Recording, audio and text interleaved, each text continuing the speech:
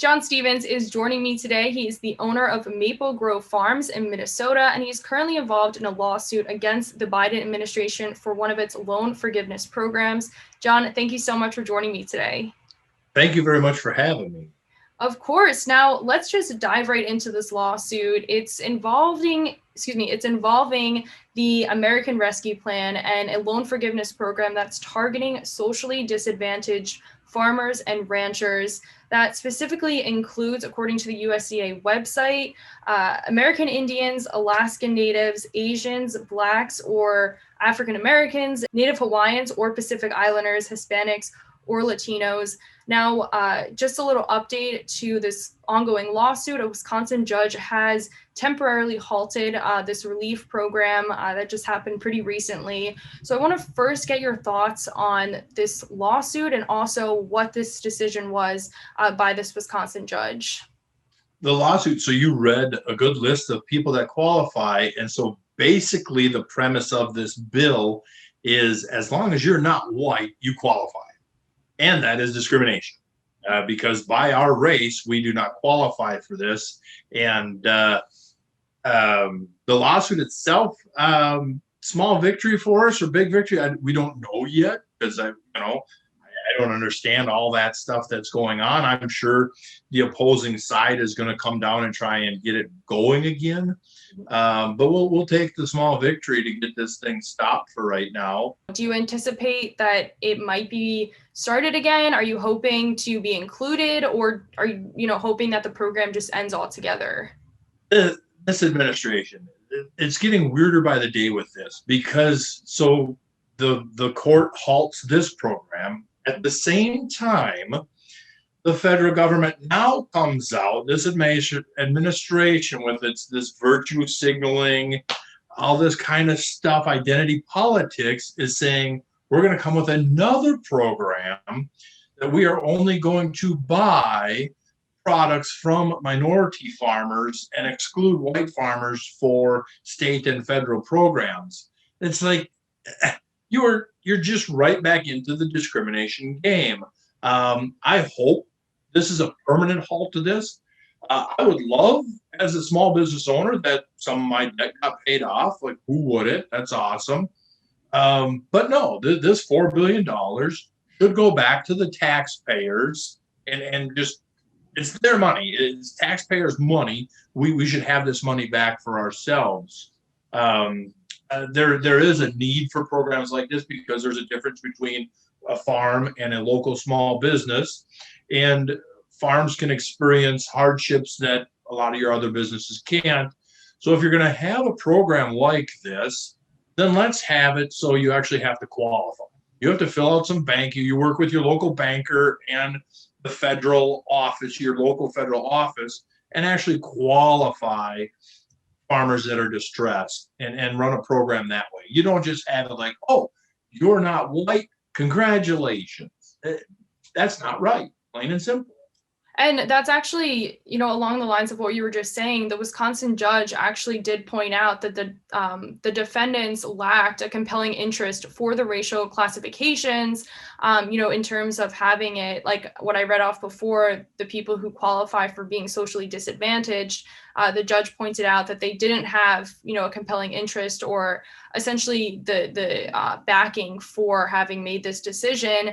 Now, earlier in May, of course, the Biden administration is standing by this decision and this program. The Agriculture Secretary, I'm just going to reference some comments that he made. When you look at the COVID relief packages that had been passed and distributed by USDA prior to the American Rescue Plan, and you take a look at who disproportionately received the benefits of those COVID payments, it's pretty clear that white farmers did pretty well under that program because of the way it was structured. It's structured on size and structured on production. So I think there is a very legitimate reason for doing what we are doing. Can I get your reaction to what the Agriculture Secretary said? And does he have any sort of ground for saying, what he said in sort of defending the program itself? He's a fool. Plain and simple. So none of them programs before were ever race-based. Like he said, they were based upon production and scale. So with like soybeans, because of the trade war, they came out with a relief program for soybeans, and it was a very good payment. Where are most of your soybeans produced? Midwest. Where are a lot of the black population of farmers or minority farmers? Down south. That program had nothing to do with race. It's like, if you produce soybeans, here's your payment based on a per bushel capacity, or based on per bushel. And now they come out with this one that, oh, well, because of your race, now we're going to do it. Why not do this one based upon the same thing? Because of bushels produced, acres operated, this, that, and other stuff. If you are under this many acres, we've got a program for you, or something like that. Why have this one race based? It makes no sense. So then I would ask him, well, how much? They always refer to this as the black farmer program. Well, what about the Hmong American farmers? How much COVID relief USDA dollars did the Hmong American farmers get? How about the Chinese American, or you had the Eskimos in your thing? How much dollars went to the Eskimos? That if we're going to play the race game, we can ask them questions all day long. I'm just a dumb farmer just asking questions back. To me, it just seems ludicrous. Now, the process of getting a loan as a farmer, how does that work exactly? Because I know I read an article that people were saying it's harder for farmers of color, especially, to get loans. But so, as someone who's gone through the process, how does that work exactly? So it can be very difficult. If you have a generational farm where you were able to keep the wealth in the farm, it can be very easy. It's just another business. Many of us farmers are buying our own farm. I'm a generational farmer, but we're buying our own farm. So when you go to your regular bank and say, hey, I would like to borrow $1 million, I'm going to bury it in the ground this spring, and with any luck this fall, I'll have $1.001 million to give you your money back. There's a lot of banks that don't quite understand that.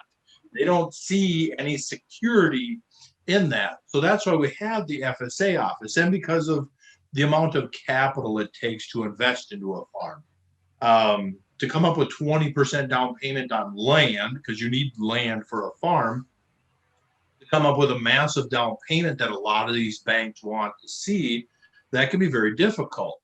And so your FSA, your federal Farm Service Agency office, they reduce the interest rate. They require a lot less down payment money to allow you to be able to buy that first farm, that first piece of land, some of your equipment on a lower interest, to allow you to cash flow and help you get going. So it's there's a lot of similarities, but there is a lot of differences to the small farm versus a small business.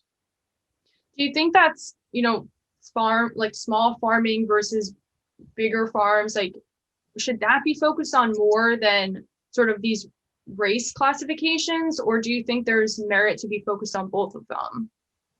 Well, if you want to have their term of socially disadvantaged, to me that seems like a horrible racist term, because socially disadvantaged, under their own definition, makes it sound like, well, if you're any minority, you automatically grew up in a bad home in a bad neighborhood, so we're going to help you out. This is America. If you want to be a farmer, get your job, pull up your bootstraps, go to work, save your money, and figure it out. Either work for a farmer or something like that. Figure it out. I got turned down by loans from a lot of banks when we were just trying to buy into farming, and it wasn't because I was white. It's because banks don't understand farming. I guarantee a majority of these farmers that nowadays in this lawsuit that are the opposing side are saying, I got turned down from a loan because I'm black or I'm Hispanic. I guarantee they did not, because there's nobody that is going to tell them, hey, because of your blackness, we're not going to borrow you money. They would own that bank. They would drag that bank to the courts. So because of discrimination lawsuits that have passed and other laws to protect that from happening, they didn't get turned up. They got turned down because of financial, plain and simple. Is are other groups have historically some disadvantage of financial generational wealth? Probably, but I don't have generational wealth. We're starting from scratch.